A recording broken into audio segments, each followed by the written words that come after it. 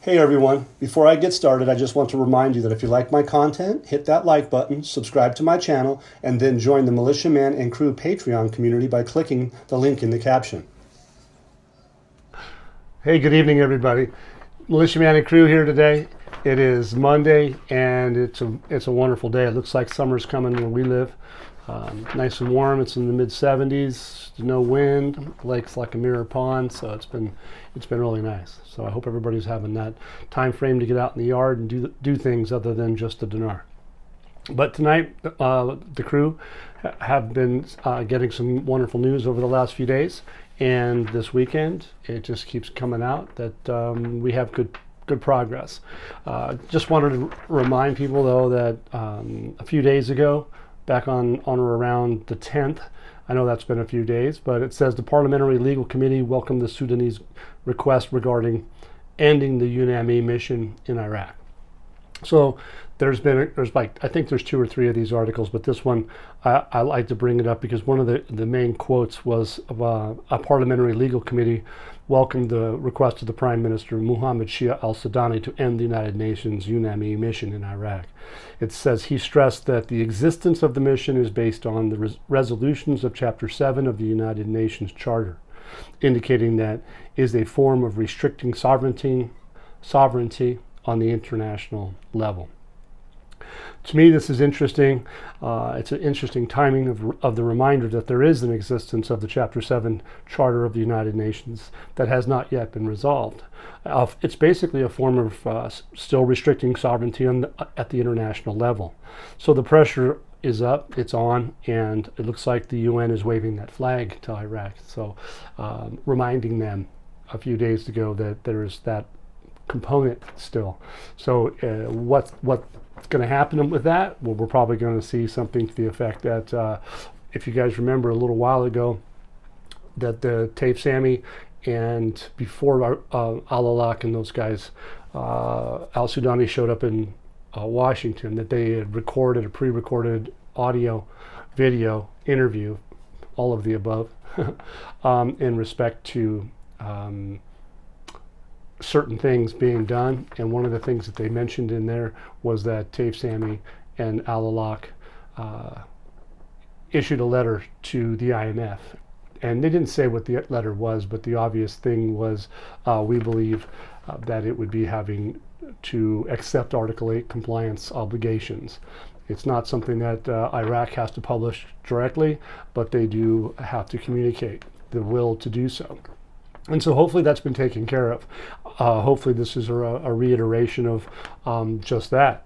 If you're going to raise the value of your currency, maybe we will lift all those restrictions because they are going to make sure that everybody's on a level playing field. And that's a big article. So let's see how that turns out. Hopefully we have it right. I think we do. And it's pretty powerful to know that they do need to play by the rules. Everybody be on a level playing field, play fairly, accurately, transparently, audit-wise, all of that stuff. Electronic systems, electronic payment systems, all those things come into play. Timing comes into play. You can't just jump across borders and have one border open and not have the proper exchange rate. And same with, say, the north, the south, the east, or the west. There's 6 different countries that border Iraq. And so you're going to find today that there's a key meeting to me, which is fascinating. I'm not sure if there's other people talking about it, but the Iraq's Commerce Ministry, or the Ministry of Trade, was in Abu Dhabi, and they were speaking with the Arab League nations. There are about 22 countries involved in that. Iraq is one of them, and they need to know because they're trading partners in the region, and they're part of a basket of currencies, etc., all that stuff. The AMF is all around there. That Buna platform is around. The IQD system's around. You have in the backdrop the same guy that was in Bahrain talking about trade was the same guy that has an article out that you're going to see tonight talking about completion of all the requirements to join the WTO. Same man. And what is he talking about? Trade. What is the International Trade Organization? it's fairly simple to see that exactly what we're talking about. So it's pretty powerful because now you can see the collection of things happening, and that's what our study's been about. Is about sharing with people and helping people to get them to a level of confidence in their study and in their investment, to know that, hey, we might not know the date, we might not know the rate specifically, but we do know that the progress is being made, that that project to delete the zeros that Alok talked about back in July of 2023 still exists, and he hasn't deviated from that. And so that's powerful. So here's an article out also that came out. Looks like they're revealing the date of the arrival of the 2024 budget schedule. And so we've been waiting for that to happen, and it obviously hasn't happened. We found that they thought that it was going to the COM, and the Council of Ministers had it, but they didn't have it. Well, they didn't have it all completed, so we found that out. But also we haven't found that they have done any vote on the 2024 budget schedules, nor has the HOR, or the House of Representatives, received it either. But here it says the Finance Committee is awaiting the budget schedules from the government next week. And so this came out 2 days ago, and so that is talking about this week. And those 2 days already are up, or not up, but they're within 2 days. Sunday starts the week. Today's Monday. Here we are. So hopefully sometime in the next short period of time this week that they said they would do it. And so we're going to wait and see if something happens before that, because it obviously looks like that al-Sudani has been keeping his cards close to his chest and hasn't wanted to disclose that information, that specific information that we're hoping for. But we're going to see, but we're going to find out. So basically, so when I wrote this, it said this week starts tomorrow, and that was on Sunday. So obviously, what are they going to do? They're trying to look for the activation of formulas for international commerce within the borders, or all borders, of Iraq. Basically, they need to have everybody on the same page at the same time. It's that simple. They're going to have to shut the border down, at least for a short period of time, when they adjust an exchange rate. And once they do that and they expose that rate, then they can fire those borders back up, and people can come across and pay accurately for their customs duties and all that things that they need to take care of. That's how I see it. Here's al-Sudani. It says Iraq has a difficult number of equation of energy and oil wealth in the region and the world. And this came out about 2 days ago as well, but Mohammed Shia al-Sudani describes Iraq as a difficult figure in the equation of energy and oil wealth, and in the region and the entire world, stressing that the Ministry of Oil's intention to stop burning associated gas within a maximum period of 5 years. I think they're projecting they can probably do it within 3 to 5 years. Although it says that we are late in achieving this optimal investment of oil and gas wealth, but from this effort forward during this year and a half that he's been in office, we can say with confidence, they use the word confidence, which is a big thing that we've talked about, that Iraq is a difficult number. And that equation of energy and oil wealth in the region of the world, it's important. It's going to be big. It's going to be difficult to assess how much they have. They've opened up licensing 5 and 6. I think they've found numerous associated gas spots. I think there was up to 10. I think there was massive amounts of oil found still to being counted. So let's see what it is. Let's see how they do that, because it's going to be a difficult equation. So here, the economic article here for the day is that tax revenues from the private sector must be somewhere close to 4 trillion dinars. Well, 4 trillion dinars is about 3.05 billion in tax revenue. So $3.5 billion in tax revenues. That's a lot. That's a lot of money to have excess. So that extra income stream is going to be supporting Iraq's, it's the private sector. That's where it's going to come from.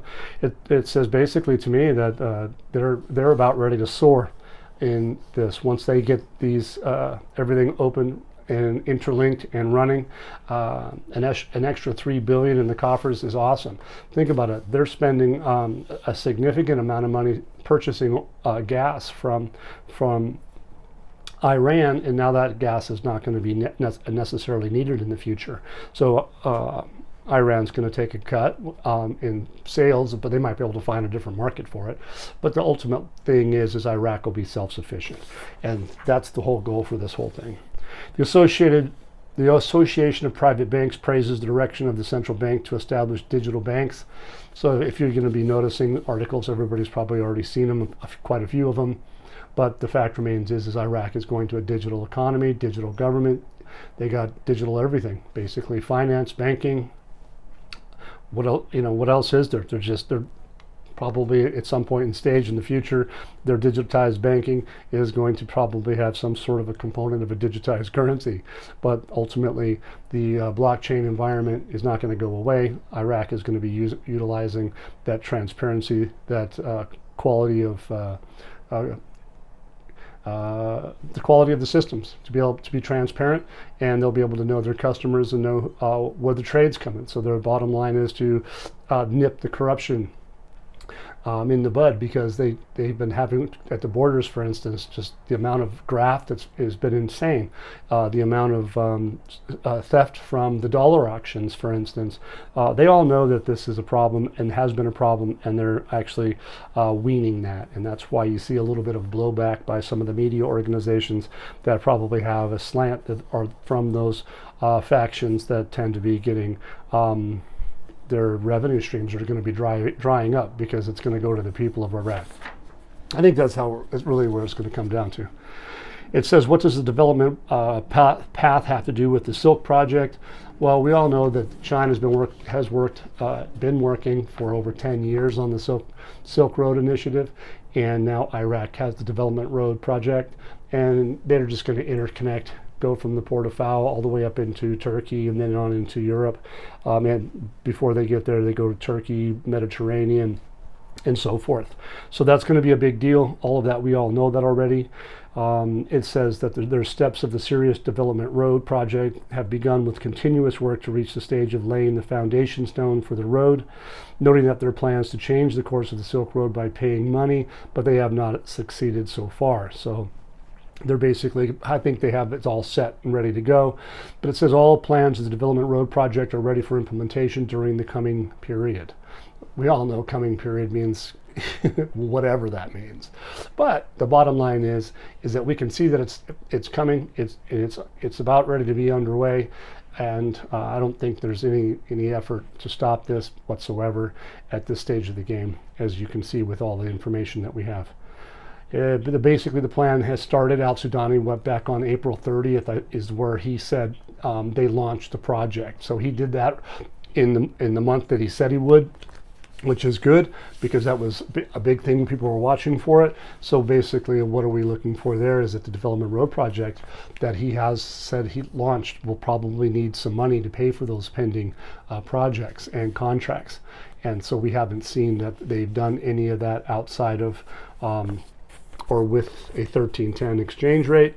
We haven't seen that. I don't think they can afford to do that. By the way, when they do say trillions for their budget, if they change the value of their currency and drop the 3 zeros, dinars go from trillions to billions, or hundreds of billions. Anyway, the bottom line is change is going to come.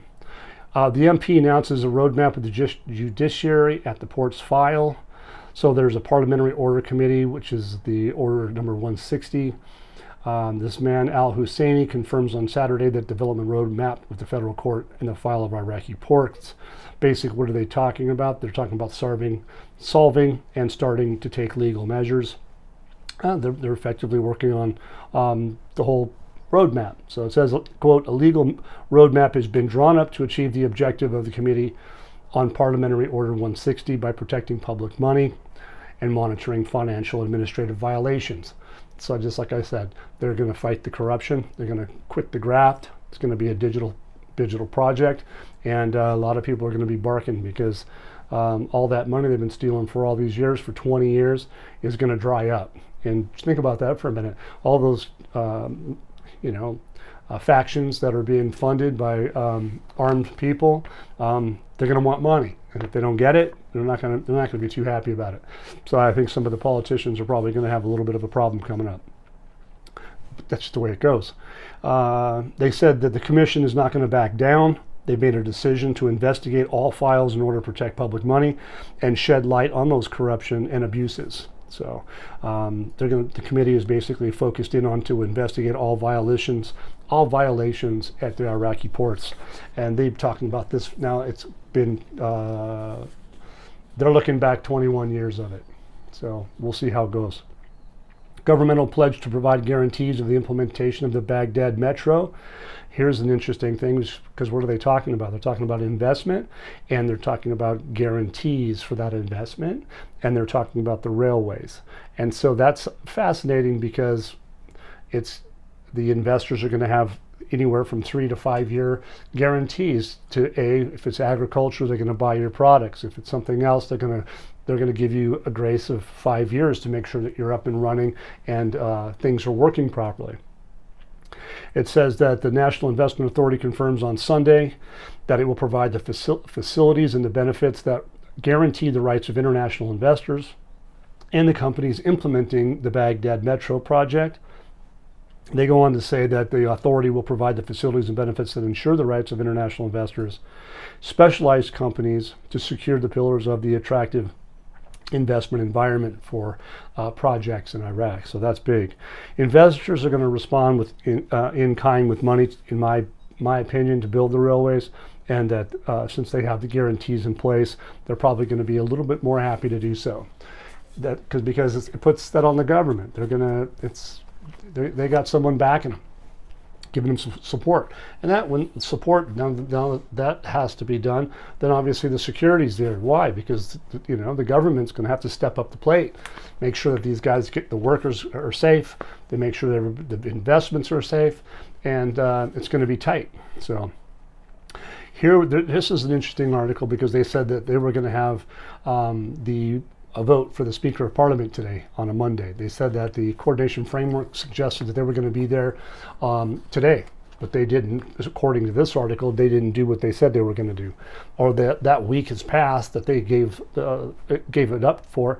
But they say that this Speaker, this next Saturday coming, they're going to elect the Speaker this time, if they stand by that. The presidency of the House of Representatives decided to hold a session next Saturday to elect the Speaker of Parliament. I'm not going to get into all the different votes and all the reasoning behind it, but basically the move from today to Saturday, to me, is not surprising. Does it matter for Al Sudani, Al Alak, and Taif Sami? What will they have in store for us? Because I don't think that they're waiting for that person just yet, because they have some things that they got to do too, also. And they also have the 2024 budget schedules that need to be taken care of. It's not the HOR or the Council of Ministers' job to adjust the exchange rate. It's Al Alak and those folks. So anyway, I don't think they're going to have a problem. I think that the HOR will do their job when the exchange rate is done already. I think the amendments are likely based off percentages, and that's what they'll be voting on. The amendments, the same with the COM.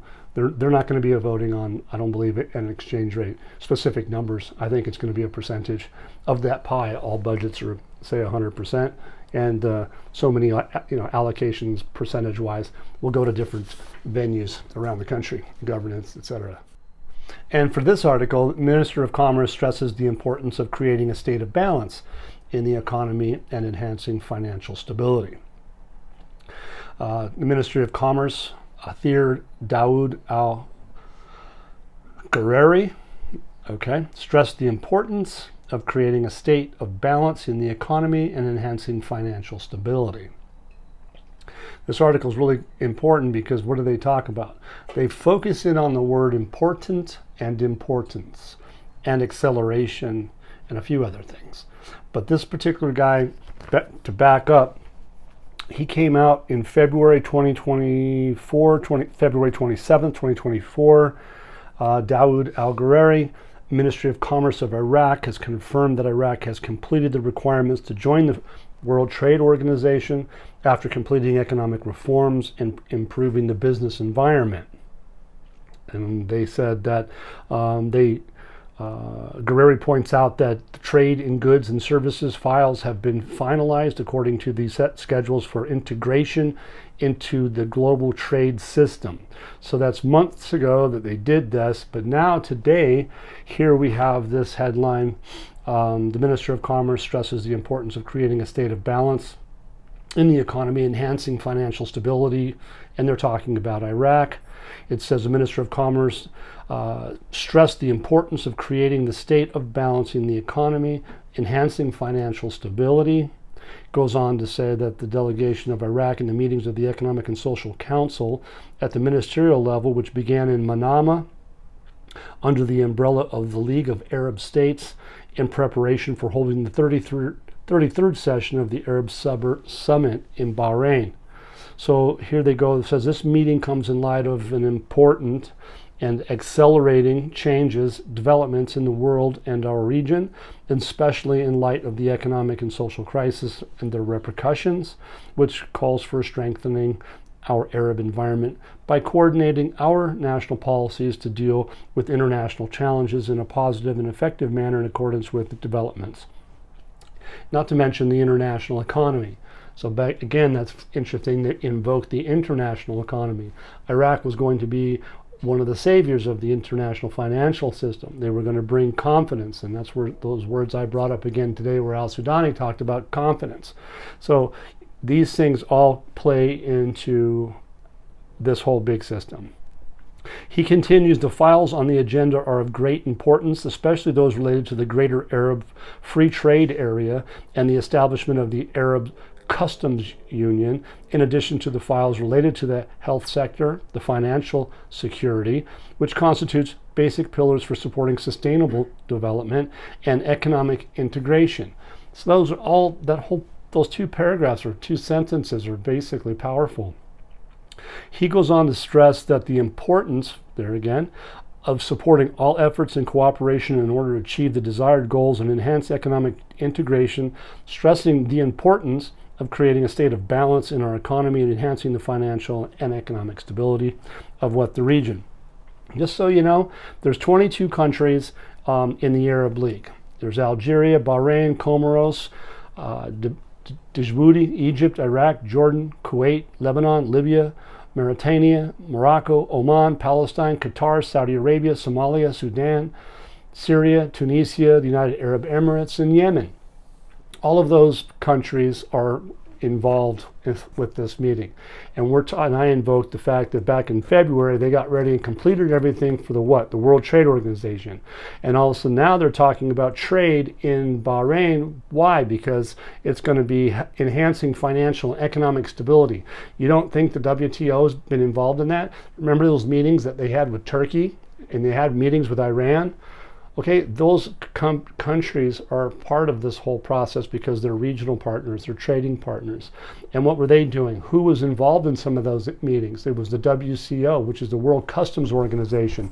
Did they not invoke the Arab Customs Union? Of course they did. This is like huge, you guys. It's so in our face that these guys are doing what they said they're going to do. We don't have a time and a stamp on it, but the bottom line is you can see that they have a time and a push. And I think Al-Sudani is under the gun and his teams, Taif Sami and Al-Alaq, I think they have a specific time frame, because if you're going to go to the borders and you're going to turn on an international exchange rate and be Article 8 compliant and accept those obligations by actually doing it, changing the value of your currency, you're going to have to shut the borders down for at least a little while. I'm not sure how long. Could it be an hour, half hour? I don't even think it would be a day. I think they could probably electronically do it as an interlink. Have they probably tested all this stuff already? Sure. Why? Because we have evidence that, first off, is that the TIR, they had a session over a year ago in April. So they need to, for all those trucks to move materials across the country through the Port of Fao all the way into Turkey and Europe and everywhere else, they're going to have those things timed accordingly. All the borders are going to have to be on the same page. And then again, what else? If they go onto the Forex, it's going to have to be timed accordingly. Everything's going to have to be adjusted, and it's going to be a very complex synchronization, as how I see it. That's how I estimate it. Talked with Petra, Pompey Peter today a little bit about that, and they don't disagree. And so hopefully the crew has it analyzed to the best of our ability, and we're going to see if we're right. But it makes sense. I mean, because here in this particular article, digital transformation, the process in state departments and e-government applications. So we're talking about not just the currency change, but we're talking about having proper data for the governments too. I mean, when you cross the border, if you haven't had a passport, you got to get a passport, so you got to have e-government to help you do so. So they talk about certain things. It says there's a Supreme Committee for Digital Transformation. It says that they've witnessed a discussion for the reality of electronic services and e-government applications that are currently underway. So this process is not just getting started, it's currently underway. That's how they put it. The Prime Minister stressed the need to work to overcome the intersections between the various parties and overcome obstacles. I think you're going to have that regardless whenever you do something major and new, while recording notable successes in this context, including applications of the electronic card, the data center, the platform, the electronic payments, the electronic passports. So all of those things that are inclusive into what we're talking about here. So basically, they've been trying to work on this for over 15 years, but now with Al Sudani over the last year and a half shows that there's progress, there's been achievements, and the digital era that Iraq is in has taken some time, but looks like their results are taking place, and there's no stopping this effort. Iraq is adapting to the new international world, and they are going to be a part of it, and they're going to be part of it in a big way. And I think all those 22 countries know specifically that what's coming, they would have to be on board. They would have to be on a level playing field. They would have to know at least really close to when. And they're going to need some heads up so that they can adjust accordingly. And it's not to be taken lightly. I think everybody should be kind of excited about it. Again, we don't know a day or time, but obviously they have some things that they're talking about doing, and one of those is 2024 budget schedules. So the last thing I'm going to talk about is the Ministerial Council of Economy. The electronic payment is a condition for granting work permits to institutions. The Ministerial Council of Economy stressed the implementation of the Council of Ministers' decisions to grant work licenses to all commercial institutions on the condition they operate with the electronic payment system. So, the electronic payment system, who's going to be doing all that? I'm going to get to that. But the bottom line is they're obliging them to do it. They're going to force them to do the POS systems. And so they're going electronic, whether you like it or not, and you're not going to be able to get around it. And it comes back to those borders again. Commercial business, coming across in and out of the country. You're not going to be able to get around it. So anyway, don't forget the Ministerial Council of Economy. Who are they?